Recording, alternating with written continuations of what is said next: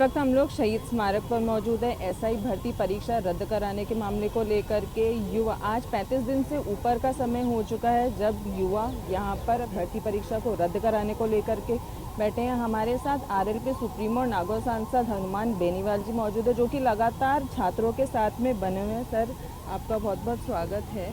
SI भर्ती परीक्षा रद्द कराने को लेकर के हनुमान बेनीवाल का नाम ही क्यों आगे आता है? इसमें किरोड़ी लाल भी मौजूद थे, रंजन राठौड़ भी थे, सतीश पूनिया भी थे, लेकिन अभी देखें तो केवल हनुमान बेनीवाल ही क्यों रह गए? मेरे पास हमेशा वही काम आता है जो कहीं से नहीं होता ना, फिर लास्ट मेरे पास आता है, फिर मैं उसको लेके चलता हूँ और लंबी लड़ाई भी लड़नी पड़ती है। मैं लड़ता रहता हूँ और लड़ाई में जीत होती है। देखिए, डॉक्टर साहब ने शुरुआत की, रंजन राठौड़ ने मामले को उठाया विधानसभा और बाहर, सचिन पायलट भी कहते आरपीएससी का पुनर्गठन हो। ये तमाम नेता उस समय कहते थे, जब हम आरएलपी में थे, हम प्रदर्शन कर रहे रीट के एग्जाम जो भर्तियाँ जिस तरह पेपर आउट हुए रीट के लेवल सेकंड को निरस्त भी कराया पार्लियामेंट के अंदर। बीजेपी के नेता भी लड़ते थे, हम भी लड़ाई लड़ते थे, रोज सड़कों पर लड़ाई लड़ी हम लोगों ने। बीजेपी ने भी अपना काम निकाला। सरकार में आने से पहले तमाम लोगों ने कहा कि ऐसा ही भर्ती हम रद्द कराएंगे और आरपीएससी का पुनर्गठन करेंगे। लेकिन आज चूंकि ये लोग सत्ता के अंदर हैं, अब इनके सुर बदल गए, सचिन पायलट के भी सुर बदल गए। अब क्यों बदल गए ये तो वही बता सकते हैं। मेरा तो सुर नहीं बदला, मैं तो सड़क पर बैठा हूँ, पूरी गर्मी निकल गई, आप देखिए बरसात होने लग गई। और ये आंदोलन कितना ही लंबा चले, लेकिन इसको लोकतांत्रिक तरीके से करते हुए इस आंदोलन के अंदर हम जीत दिलाएंगे बच्चों के। आंदोलन का मकसद यही होता है कि कोई आंदोलन जीता कैसे जाए। कई लोगों को मैंने देखा है लाठी पाटा करा के भाग जाते हैं, बच्चों मुकदर जो होते हैं खुद भी चले जाते हैं, बच्चों को रुला के चले जाते हैं। तो यहाँ हम ये चाहेंगे कि आंदोलन में हमारी जीत हो, और जीत का संदेश आपने 25 मई को देखा होगा कि किस तरह लाखों नौजवान आक्रोशित होकर आए थे कि हमारा आक्रोश है, ये व्यवस्था को ठीक करो। तो भजनलाल जी नहीं करेंगे, मोदी जी करेंगे। 9 तारीख को प्रधानमंत्री से मैं समय मांगूंगा डेलीगेशन के साथ। एक बार प्रधानमंत्री जी हमारी बात सुने और आपके वो भाषण भी सुने जो आप राजस्थान के अंदर देखा है। शायद अगर नहीं भूलें तो हम उनको बता देंगे ये आपके स्पीच थे और आप राजस्थान को संभालें। राजस्थान गलत दिशा के अंदर जा रहा, वो गर्त में डूब जाएगा। भजनलाल जी को जिस तरह के लोग चला रहे हैं उससे मुझे नहीं लगता कि राजस्थान का कोई भला होगा और बीजेपी का कोई फ्यूचर ठीक है। बीजेपी गलत दिशा के अंदर जा रही है और कांग्रेस भाजपा से मिली हुई है।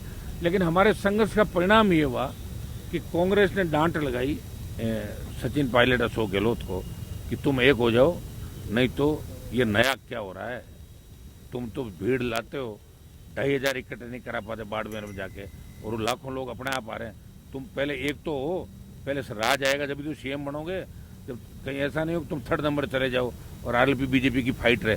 तो जब नौजवान है ही नहीं तो क्या, तो पायलट आज शरणम गच्छा में होके और अशोक गहलोत के चले गए। तो ये मेरे संघर्ष का ही परिणाम है। थोड़े दिनों बाद आप देखना, मुझे लग रहा है बीजेपी के सारे लोग भजनलाल के, भजनलाल एक जगह नहीं हो जाए कि यार रोको इन जवानों को, ये तो भाग रहे हैं, एक अलग ही परिवर्तन करके, और बागी हो रहा है राजस्थान का प्रत्येक जवान।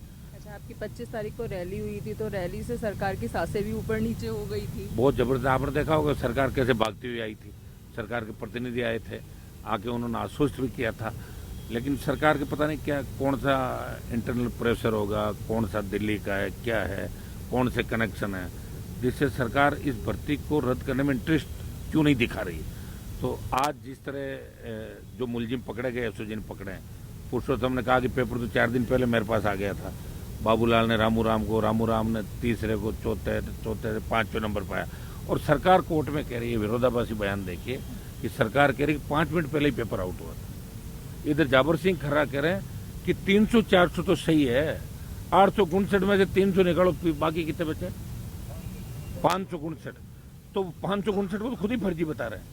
और क्या वो भी नौकरियों से आए हैं, तो नौकरी वालों ने तो पैसा पेपर खरीदा, जो नौकरी वाला उसके बाद तो पैसा है। बेरोजगारों कहते हैं तो 1 करोड़ रुपए इकट्ठा करके ला 50 लाख, क्या ला सकते हो तुम 50 लाख? नहीं ला सकते। तो मंत्रियों को पता ही नहीं हो क्या तो बयान दे रहे हैं, और बयान में भी कहीं न कहीं सच निकल जाता है। तो जाबर सिंह के बयान के अंदर ये सच्चाई है कि 500 तो फर्जी है, और वो बाकी आए नौकरियों वाले, तो उनकी हमें चिंता है।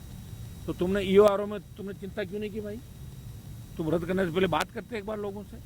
ये तो सुप्रीम कोर्ट कहता है कि 35-30%, 40% अगर फर्जी बड़ा होता है तो रद्द कर दो भर्ती को।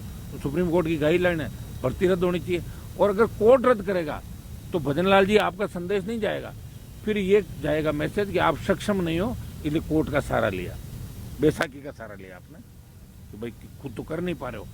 तो और कोर्ट से उम्मीद है लोगों को, और कोर्ट ने जो ये जून की नई लंबी तारीख दी है, इससे थोड़े बच्चे मायूस हो गए, ये निश्चित रूप से मायूस हुए। लेकिन हम कोर्ट की तारीख का इंतजार नहीं करेंगे।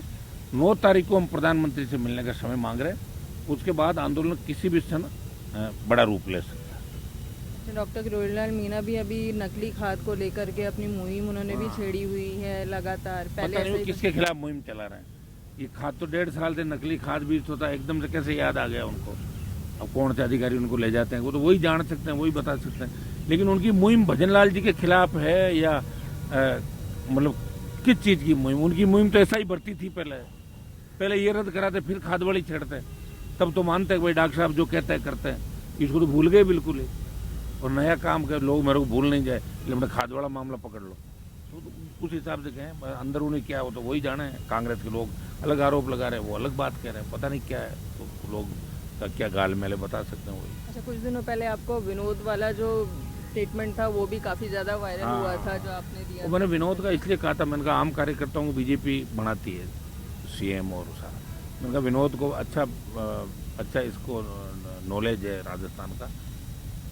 1995-96 से पार्टी कार्यालय के अंदर फीडबैक लेता रहता है, जितने भी बड़े नेता उनके बारे में जान। मैंने कहा इसका भी नाम चला था, ये भी बन सकता है सीएम, क्यों नहीं बन सकता? तो सब भाग्य से बनता है मुख्यमंत्री, जब ये भी बन सकता, ये मैंने बोला। अच्छा, अब एसआई भर्ती परीक्षा को रद्द को लेकर अब आपकी आगे की क्या मुहिम रहेगी? कल तो मैं नागौर हूँ, मैंने बता दिया आपको, कल मैं नागौर रहूँगा। नागौर संसदीय क्षेत्र की दोनों जिले नागौर, डीडवाना, कुचामन की जन सुनवाई करूँगा, और 9 तारीख को मैं वापस धरना स्थल पे हूँ। 9 तारीख को हम प्रधानमंत्री का समय मांगेंगे मिलने का।